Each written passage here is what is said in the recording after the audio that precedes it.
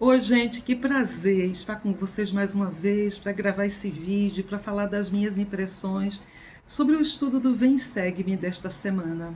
E eu vou te contar que muita coisa ficou marcada, como sacrifício, fé, a importância da união, a liberdade de escolha, trabalhar na vinha do Senhor. E eu gostaria de dizer para vocês que eu fiquei pensando e pensando. Quanto nós precisamos ler, estudar o Evangelho e aprender. E por mais que a gente leia, por mais que a gente estude, a gente nunca vai saber tudo. Como eu sou grata pelo Vem Segue-me, pelas coisas que eu tenho aprendido, que eu tenho relembrado e que tem me ajudado a fazer escolhas melhores no meu dia a dia. E cada vez que eu estudo Vem Segue-me, me vem aquela reflexão de coisas que eu preciso melhorar, coisas que eu preciso mudar. E eu acho que deve ser a mesma sensação que vocês têm também ao ler e ao fazer o seu estudo. Quando a gente pega essas sessões de Doutrina e Convênios, ela é muito interessante, porque o Senhor está exatamente dizendo para os santos que eles deveriam ir para o raio. E ir para o raio, gente, que era, né, a fronteira, viajar quilômetros, isso significava sacrifício. Deixar muitas vezes uma vida cômoda para trás. E eu fiquei pensando na minha vida, o quanto nós estamos dispostos a fazer sacrifícios. Será que se fosse um pedido hoje do Senhor, olha, todos os santos vão se reunir em Ohio, porque é lá que devem estar todos juntos, né? A igreja mais fortalecida, até porque existia uma perseguição muito grande na época. E o Senhor fala nessas sessões, né, que existiam inimigos aí ocultos planejando, né, tirar a vida de Joseph. Enfim, as câmaras secretas que fala aqui em Doutrina e Convênios. E essas pessoas que estavam conspirando contra a vida do profeta, que perseguiam os santos. Então o Senhor achou prudente que os santos deveriam estar juntos, unidos, vivendo ali numa comunidade. Seriam mais fortalecidos e seria mais difícil o inimigo, né, poder derrubá-los. Então eu fiquei pensando, mas e se fosse conosco, né? Será que eu estaria disposta a deixar tudo para trás? Que o Senhor diz assim, olha, vendam suas propriedades, aqueles que não conseguirem, aluguem, enfim, vamos, só vamos. Eu tenho certeza que não seria uma decisão fácil para nenhum de nós. E também não deve ter sido para os santos daquela época.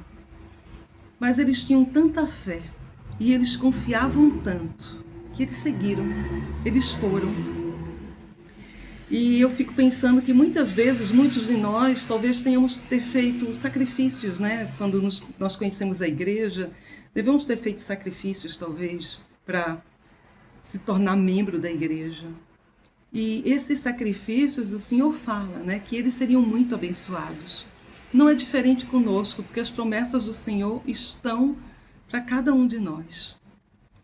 E uma das pessoas que me chamou muita atenção na história da igreja, que inclusive está na parte de, deixa eu ver se eu acho, Vozes da Restauração, e que eu fiz um vídeo, quando eu estava fazendo aqueles vídeos sobre mulheres, né, mulheres inspiradoras, eu fiz um sobre a Phoebe Carter. E ela foi uma dessas pioneiras que me chamou muita atenção, porque imagina, era uma jovenzinha. Em 1830, quando o Senhor disse que ela deveria ir para Ohio, ela tinha um pouco mais de 20 anos de idade. E ela havia se tornado membro da igreja sozinha. A sua família não aceitou o evangelho. E ela decidiu ir com os santos para Ohio. Ela descreve que os amigos ficaram impressionados com a escolha dela. Mas ela disse que sentia algo que a impelia, que dizia, você tem que ir. Ou seja, gente, ela sentiu o Espírito Santo, dizendo, faça, né? Você deve acompanhar os santos. E olha só, ela diz que a tristeza de minha mãe, por eu sair de casa, foi quase insuportável. E se não fosse pelo Espírito, eu teria desistido. E ela disse que a mãe dela disse para ela que preferia vê-la enterrada a vê-la indo sozinha para o mundo cruel. Então imagina que difícil, difícil para essa mãe, difícil para essa filha. E aí ela disse que, a mãe dela disse para ela: Febe, você vai voltar para casa quando você descobrir que o mormonismo é falso? Essa era a esperança da mãe dela. E ela respondeu: sim, mãe, eu vou. Minha resposta aliviou a preocupação dela, mas foi muito doloroso partir. E quando chegou a hora de partir, ela diz que ela não ousou se despedir, porque ela não confiava nela mesma na hora dessa despedida.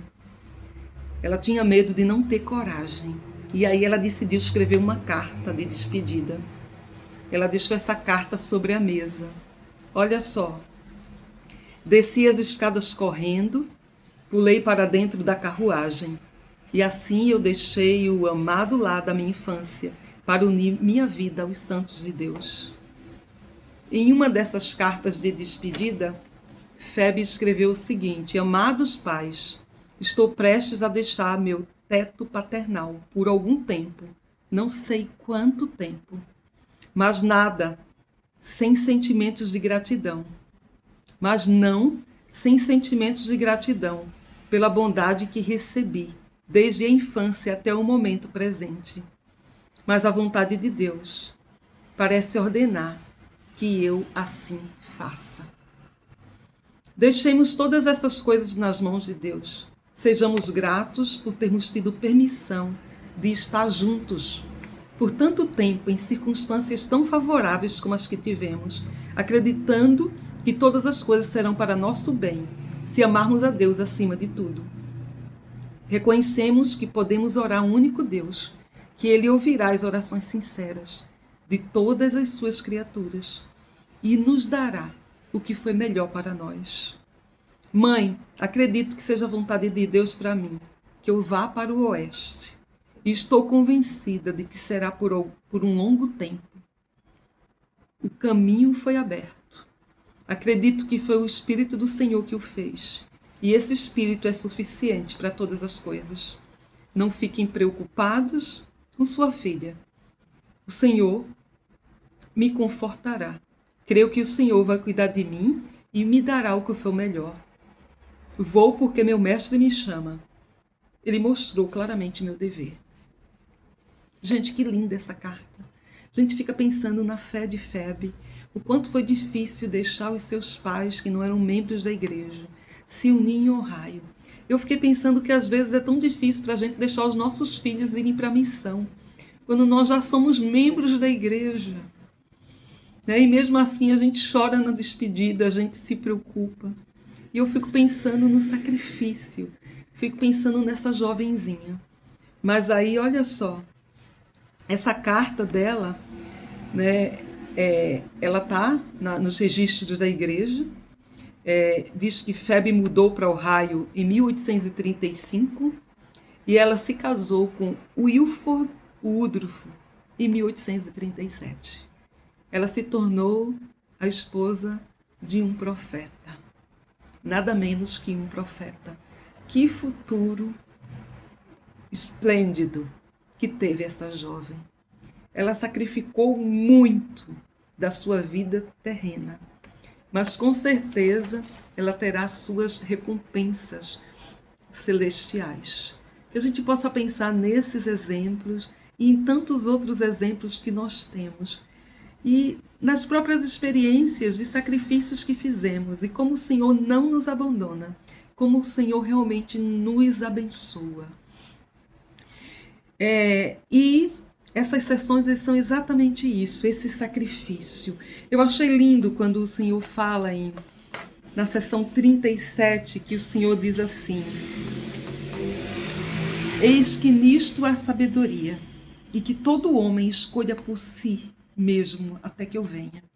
Então o Senhor diz: olha, eu vou dar um mandamento, vocês devem ir para o raio, mas escuta uma coisa, todo homem escolha por si mesmo, nisto há sabedoria.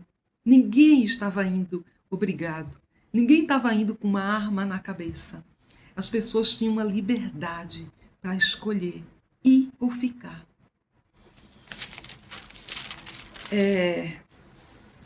Quando a gente vai para a sessão 38, também é maravilhoso, porque a gente vê o próprio Salvador Jesus Cristo. É ele que está ditando essas revelações em doutrina e convênios. É a voz dele. E quando ele diz assim, eu sou Jesus Cristo, grande eu sou, alfa e ômega, o princípio e o fim. Aquele que olhou sobre a vasta extensão da eternidade, todas as hostes seráficas dos céus, antes que o mundo fosse feito. Gente, aquele que olhou e viu tudo. Não dá para imaginar. Aquele que conhece todas as coisas, porque todas as coisas estão presentes diante de meus olhos. Esse poder que tem o nosso Salvador, que estava lá, junto com o nosso Pai Celestial, antes da criação deste mundo, e que viu tudo, e que ele diz assim, ele conhece todas as coisas, porque estão presentes diante dos meus olhos. Não há nada que ele não saiba. Nada. E eu fico pensando nesse Salvador misericordioso que me conhece, que conhece você, que sabe todas as coisas, ele sabe o fim desde o princípio, ele sabe o que vai acontecer mais adiante, ele sabe inclusive sobre as nossas escolhas. Mas ele nos dá essa mesma liberdade de escolha para que a gente possa mudar esse final. Eu sempre lembro disso. O Senhor já sabia o final de Lamã e Lemuel. Mas nem por isso ele determinou. Nem por isso esse final estava estabelecido de tal maneira que não poderia ter uma reviravolta e ser mudado. Dependia exclusivamente de Lamã e Lemuel. Assim como o nosso final depende de nós. Porque o Senhor está nos dando oportunidades todo o tempo. E Ele já sabe tudo. Ele nos conhece. Ele sabe tudo. Ele diz, eu sou aquele que falou e o mundo foi feito. Todas as coisas por mim vieram a existir. Gente, esse poder do nosso Salvador. Todas as coisas foram criadas por Ele, como diz em João. Eu sou aquele que arrebatou a Sião de Enoque para meu próprio seio. Quando a gente lê essa sessão, a gente entende muito mais sobre o caráter e atributos do nosso Salvador, sobre a sua misericórdia, sobre a sua sabedoria, sobre o seu poder. E tudo que ele pede, confia em mim. Os santos não sabiam como seria mudar para o raio, mas é o Salvador dizendo para eles, vocês precisam confiar em mim. Ele diz assim, mas eis que em verdade vos digo, que meus olhos estão sobre vós, estou no meio de vós, e vós não podeis ver. Gente, eu fico pensando muitas vezes nisso, sabia? Eu fico às vezes pensando, será que eu tenho o Salvador aqui perto, ou um anjo? E os meus olhos estão de tal maneira vendados que eu não posso ver. E é exatamente o que ele diz. Eu estou no meio de vós e vós não podeis ver, me podeis ver. Às vezes eu fico pensando na hora do sacramento, ou no templo, ou mesmo em casa. E eu fico pensando, será que eu tenho um ser celestial aqui comigo e eu não consigo ver? Será que o Salvador, está aqui? E ele diz, mas logo vem o dia em que me vereis e que sabereis que eu sou. Porque o véu da escuridão logo será rasgado, e aquele que não estiver purificado não suportará esse dia. Então, gente, hoje não vemos, hoje nós temos esse véu da escuridão. Hoje nós vivemos pela fé. Mas um dia nós veremos nosso Salvador. Esse véu será rasgado. E esse dia será grandioso. Mas ele diz que somente aqueles que forem purificados. Então a gente vê a importância da gente melhorar a nossa vida. Da gente realmente ser limpo, da gente buscar essa semelhança com o nosso Salvador, para ser digno de estar um dia com Ele, em sua presença. Ele diz no versículo 15, na seção 38, portanto, sede fortes de agora em diante, não temais, pois o reino é vosso. E aí ele fala, né, que Deus não faz acepção de pessoas. E ele fala ainda que todo homem estime o seu irmão como a si mesmo e pratique a virtude e a santidade diante de mim. E ele repete que todo homem estime a seu irmão a si mesmo. E eu fiquei pensando sobre isso, né? Porque ele fala exatamente sobre o amor. Ele vai ensinar esse povo a ser um do coração, a ser como a Sião, a cidade de Enoque, né? Ele fala que o Senhor está disposto a dar todas as coisas para eles, mas que eles lembrem-se de ser um, eles tirem esse orgulho, porque foi o orgulho que destruiu os nefitas, né? Os nefitas de outrora. Então, gente, ele fala sobre isso, né? Sobre essa... E eu fico pensando assim, essas pessoas eram diferentes, vinham de diferentes regiões, e agora eles estavam todos juntos. Será que foi fácil? Certamente não. Como não foi fácil para os nefitas, também não. Né? E como é hoje, nos nossos dias, também não, porque nós vivemos em um mundo que temos opiniões diferentes, gostos diferentes, muitas vezes pensamos diferente. Mas aí é que está. O que é que nos une? Cristo. O que é que nos une? O seu Evangelho. E tem 2 discursos maravilhosos que foram dados como indicação de leitura, que, gente, um deles é Corações Entrelaçados em Retidão e União, do Elder Cook, e ele fala a respeito do general Kenny com a sua esposa, que eram amigos da igreja, amigos de Brigham Young, mas eles não eram membros da igreja. E a esposa dele era uma mulher extremamente culta, e a primeira visita que ela fez ao Utah, ela disse que ela ficou muito impressionada, porque ela estava preocupada que tipo de mulher eu vou encontrar em Utah. E ela se surpreendeu com as coisas que ela aprendeu. Por exemplo, ela descobriu que em Utah era possível que as mulheres escolhessem qualquer carreira para obter seu sustento. Então, a liberdade de escolha, numa época que não era muito comum, né? Esse princípio da autossuficiência. Ela também descobriu que os membros da igreja eram gentis e compreensivos em relação aos nativos americanos. Né? E ela relata isso, porque uma certa ocasião, ela foi fazer Ela, o marido e o presidente Brigham Young foram para a casa de membros da igreja, e quando chegaram na casa desses membros da igreja, eles começaram a servir, né, a comida para eles. E de repente entraram 5 índios. E entraram assim, com toda a liberdade do mundo. E aí, essa irmã, que era membro da igreja, que era dona da casa, ela falou no mesmo dialeto indígena com eles, e aí eles concordaram com a expressão agradável e saíram. E aí ela perguntou para um dos filhos dessa família: o que sua mãe disse a esse homem? E aí ela disse: a minha mãe disse que vocês tinham chegado primeiro e por isso vocês iam comer primeiro, porque a comida pronta só era o suficiente para vocês. Mas que ela já estava com mais comida no fogo e que assim que eles terminassem, eles poderiam vir e eles seriam servidos.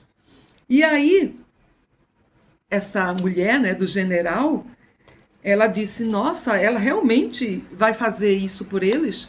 Mas ela vai dar os restos de comida, vai atender eles pela porta da cozinha? E aí a menina disse: não, a minha mãe vai servi-los da maneira que serve vocês. E vai dar a eles um lugar na mesa. E ela ficou muito surpresa ao ver que foi exatamente assim.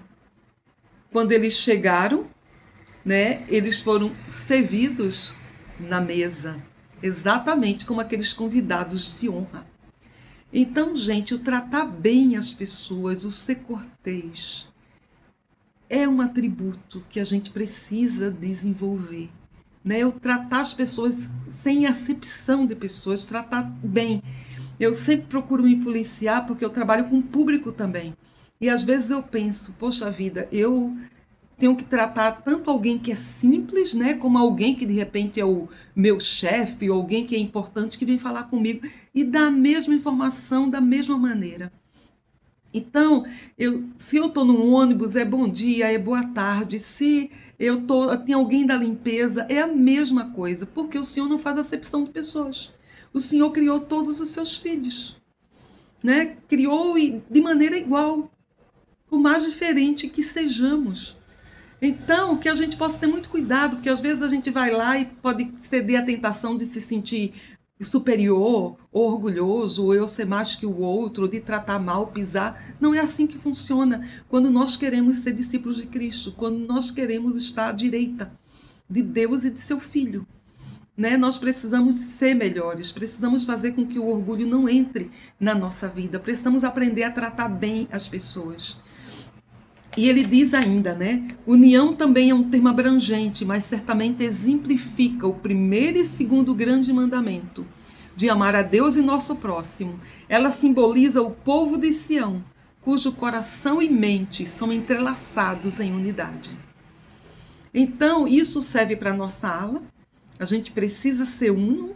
Nossa ala também, né? Cada ala, cada estaca, as pessoas vêm de diferentes partes, as pessoas não pensam iguais.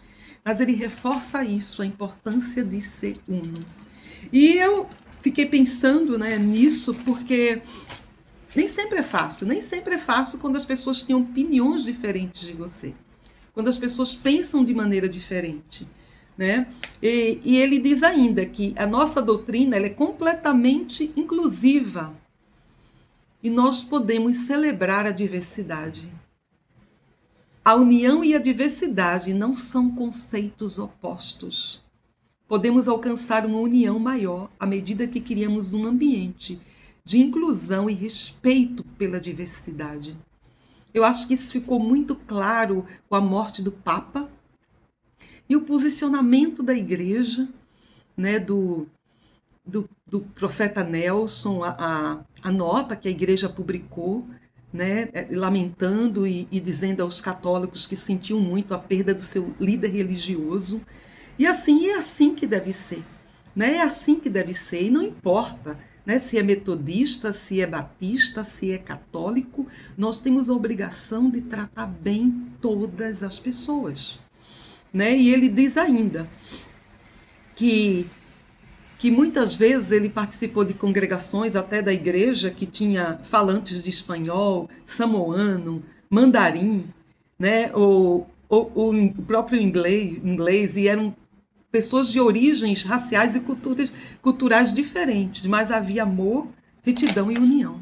Então é isso que deve prevalecer, né? Que a gente possa pensar que o nosso Salvador, sobretudo, ele nos ensinou amor. Essa foi a mensagem mais importante da Páscoa. Amor. Então é isso que nós devemos viver na nossa vida, amor. Por mais difícil que seja, amar algumas pessoas. E quando é difícil, a gente tem que fazer o quê? Dobra o joelho, pede ao Senhor que nos ajude a amar aquela pessoa, a tirar aquele sentimento do coração. Porque o único prejudicado vamos ser nós, não é? E o outro discurso que eu amei é do Elder Hilland, que é a paz de Cristo desfaz a inimizade. E ele fala sobre o templo da Finlândia quando ele foi ser dedicado. Né? E ele fala que o pai dele odiava os russos, né? Até porque a Finlândia teve um confronto grande com a Rússia. Eles foram inimigos de guerra, antagonistas.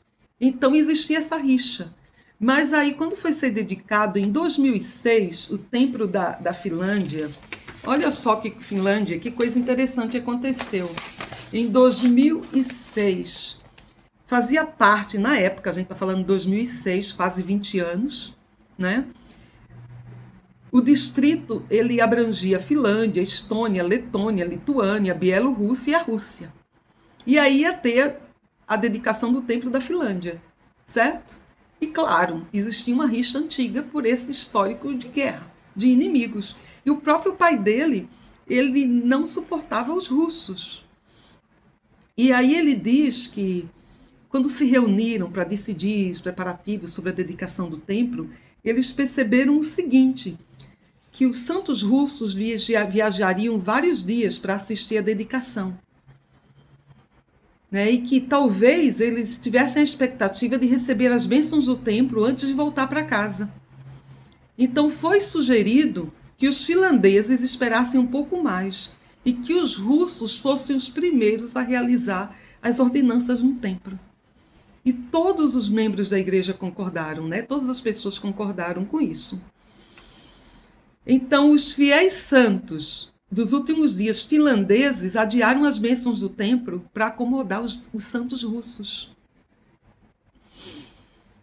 E aí, o presidente da área que estava presente na reunião disse assim: eu nunca estive mais orgulhoso dos finlandeses do que nesse momento. A difícil história da Finlândia, com seu vizinho oriental e sua empolgação por finalmente ter um templo construído em seu próprio solo, foram deixados de lado. Permitir que os russos entrassem no templo primeiro foi uma declaração de amor e sacrifício. E aí, o Elder Helland, ele fala que quando ele relatou essa gentileza ao pai dele, o seu coração foi tocado e ele chorou. E ele disse que foi assim uma das poucas vezes, né, que ele viu o pai dele chorar na vida, porque o pai dele era um finlandês implacável. E ele diz, daquela época até sua morte, que aconteceu 3 anos depois, ele nunca expressou outro sentimento negativo sobre a Rússia.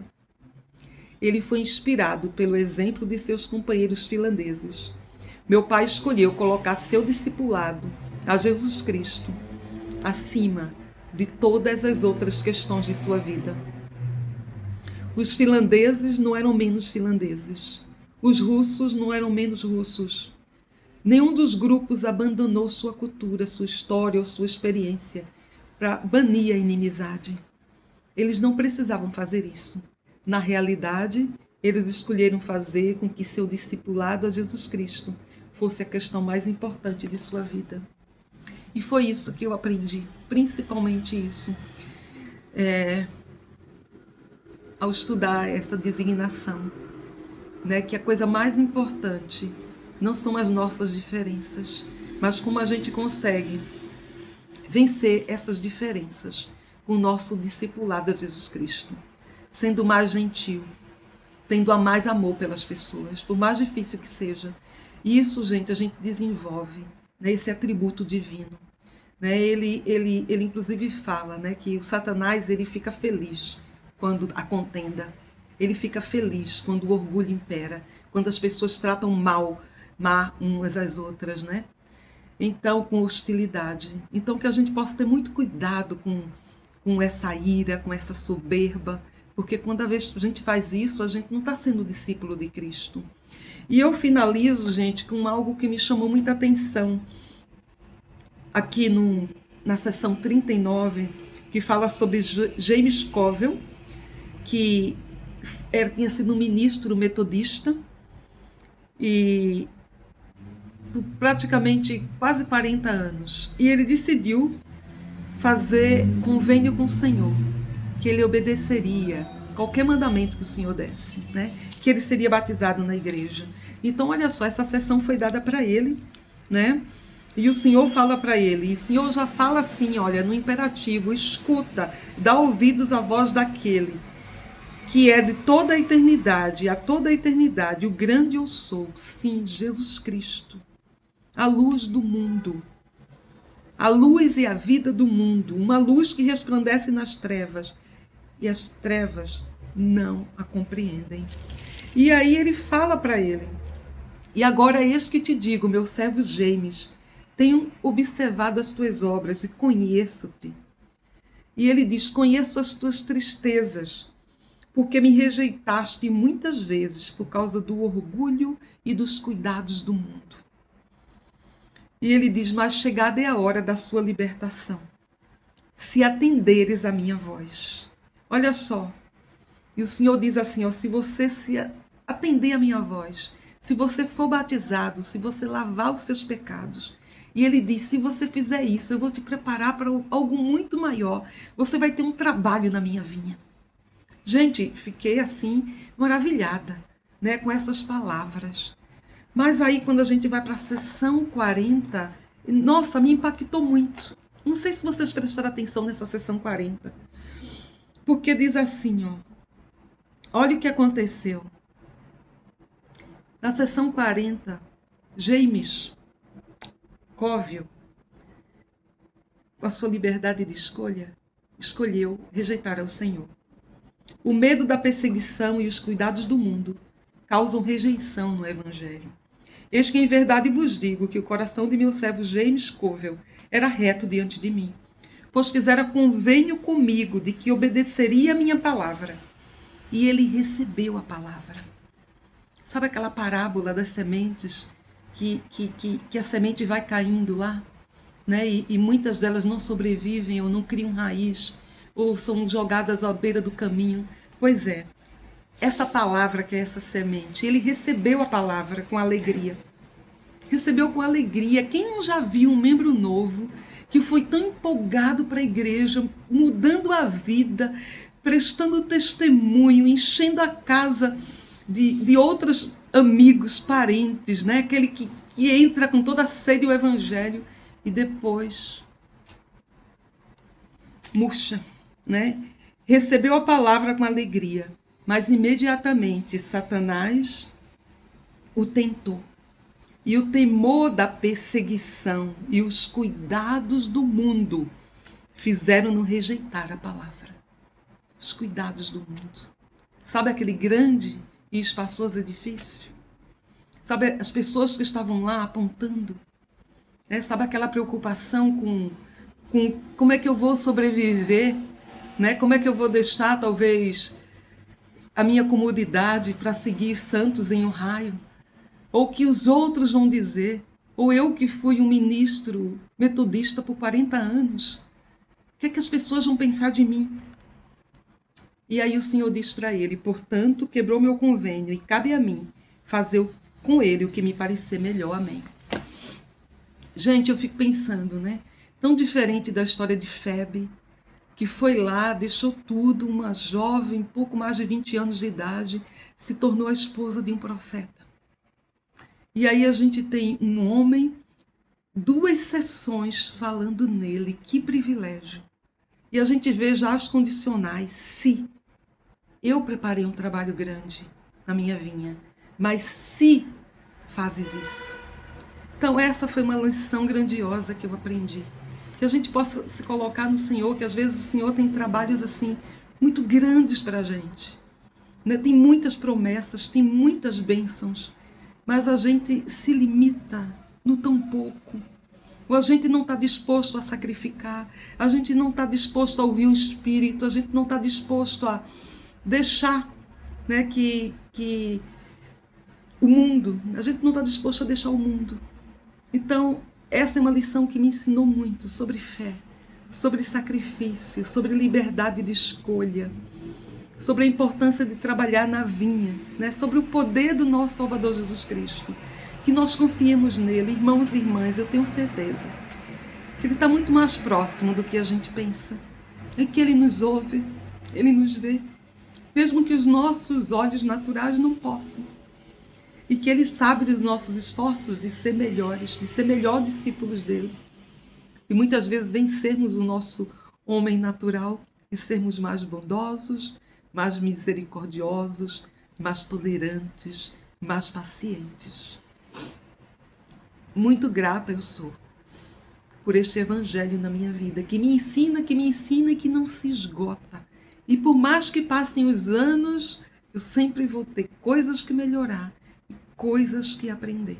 Que o Senhor nos ajude a ser um de coração, de mente, que nos ajude a trabalhar na sua vinha com afinco, fazer o melhor possível naquilo que nos foi designado. Sem orgulho, né? Mas com um espírito de valentia, de confiança no Senhor. Até a próxima.